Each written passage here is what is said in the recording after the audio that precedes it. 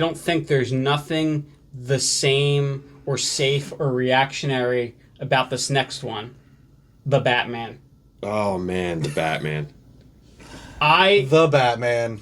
The second I heard Paul Dano narrating as the Riddler. Oh man, if they're going to do this is the Riddler that I always hoped they would do. When they were doing the Dark Knight trilogy, I actually had this idea in my head of a paramilitary Riddler with Johnny Depp. Yeah. And that's kind of what I feel like we're getting here. His face isn't duct tape. I initially thought that was duct tape. It's not. I saw a lot of bandages. No, it's not bandages. It's military gear. I'll have to show you exactly what it is. Well, it's similar to like how to a gas mask. Like a gas mask, yeah. But he has bandages like around different part. Like there is so. I am so excited for this Riddler character, guys. I really am. It fits such a.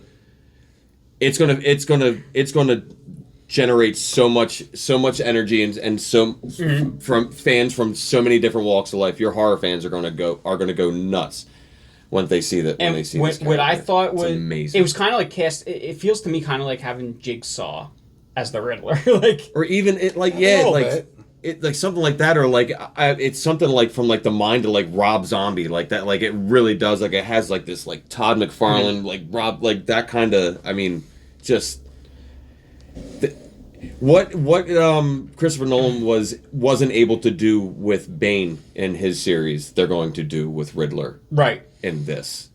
Right, and Bane was kind of the wrong character to try to do that with. Yeah, and like you were saying, if they would have went with it, like what your vision of what they would have went with for the Riddler, and that is what we're gonna get. Without a shadow of a doubt, is what we're gonna get. But I thought one of the coolest scenes in this trailer that really showed us that we're getting the world's greatest detective was just that first scene of Batman just walking onto the scene with the cops. In his perspective, you're in Batman's sight.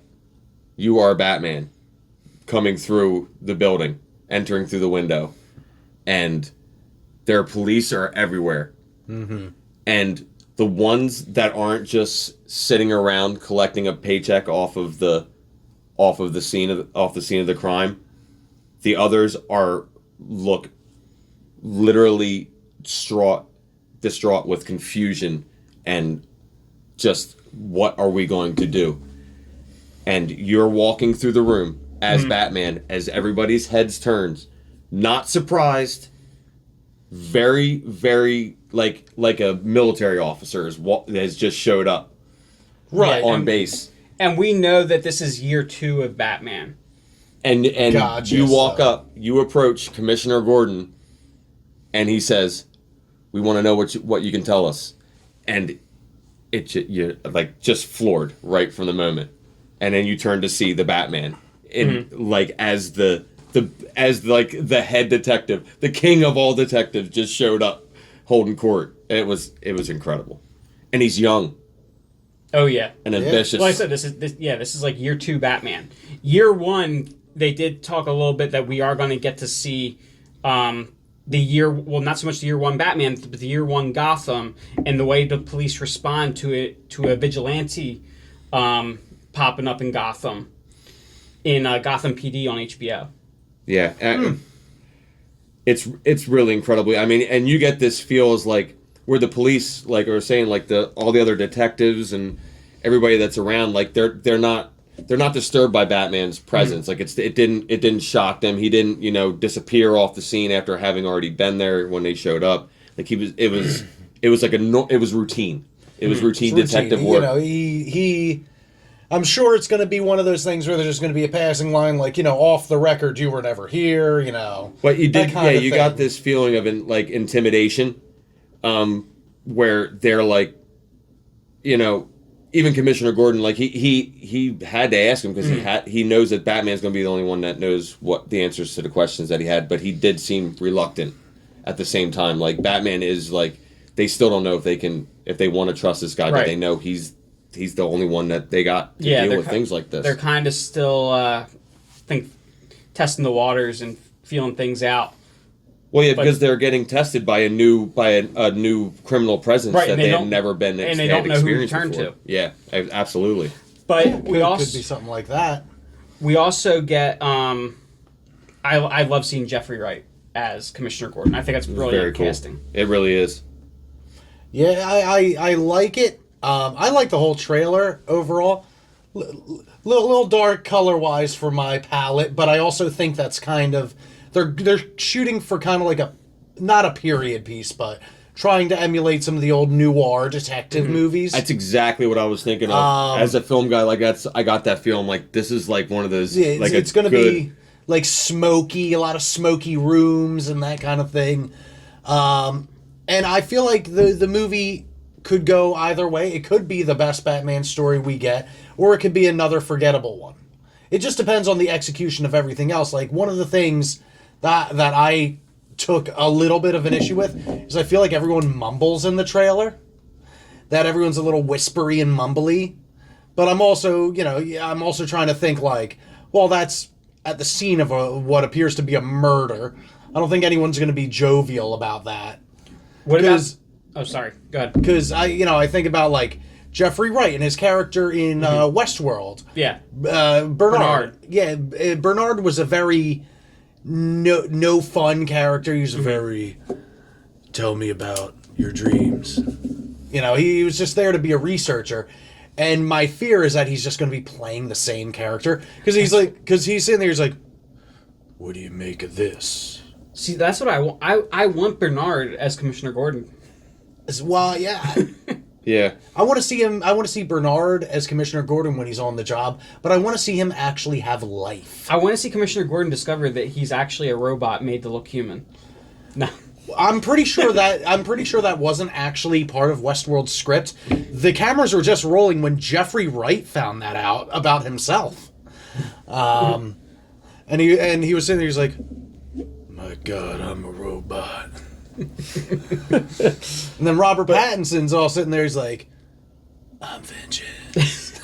Yeah, I like that line. I like that delivery. I love his delivery of it too. But like the first time I saw it, I'm like, this is that jackass from Twilight that just said that. I was like, he's channeling Kevin Conroy. I'm like, if he goes to bite his neck after this, I'm out of here. Kevin Conroy would be like, "I'm vengeance. I am the knight. I am Batman." And that's why Robert Pattinson got the job. and I really am glad. Like I even like in the delivery of that line when he says, "I am vengeance," you can tell that he's learning the ropes to this vigilante thing. Like we're catching Batman without the full discipline, because he wails on that guy. Without the net, literally Batman without the net. He isn't. He's still real rough around the edges. He's still figuring out who he is, and he's still filled with all that anger. Well, we haven't even seen. He doesn't even have a fully functional Batcave. Well, one thing I did notice upon rewatching that trailer, is we really have yet to hear not that this is important, but the Bat voice, because when he answers that "I'm vengeance," he's winded.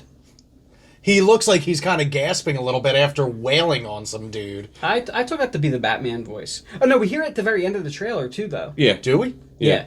Oh, I must have missed that. He's having a conversation with Paul Dano as they're voicing over him taking off the cowl in the cave. Yeah, I kind of remember. That's kind of the thing. If you look back, if you go back to '89 Batman, if you look at Michael Keaton as Batman, he didn't have that many lines wearing the cowl.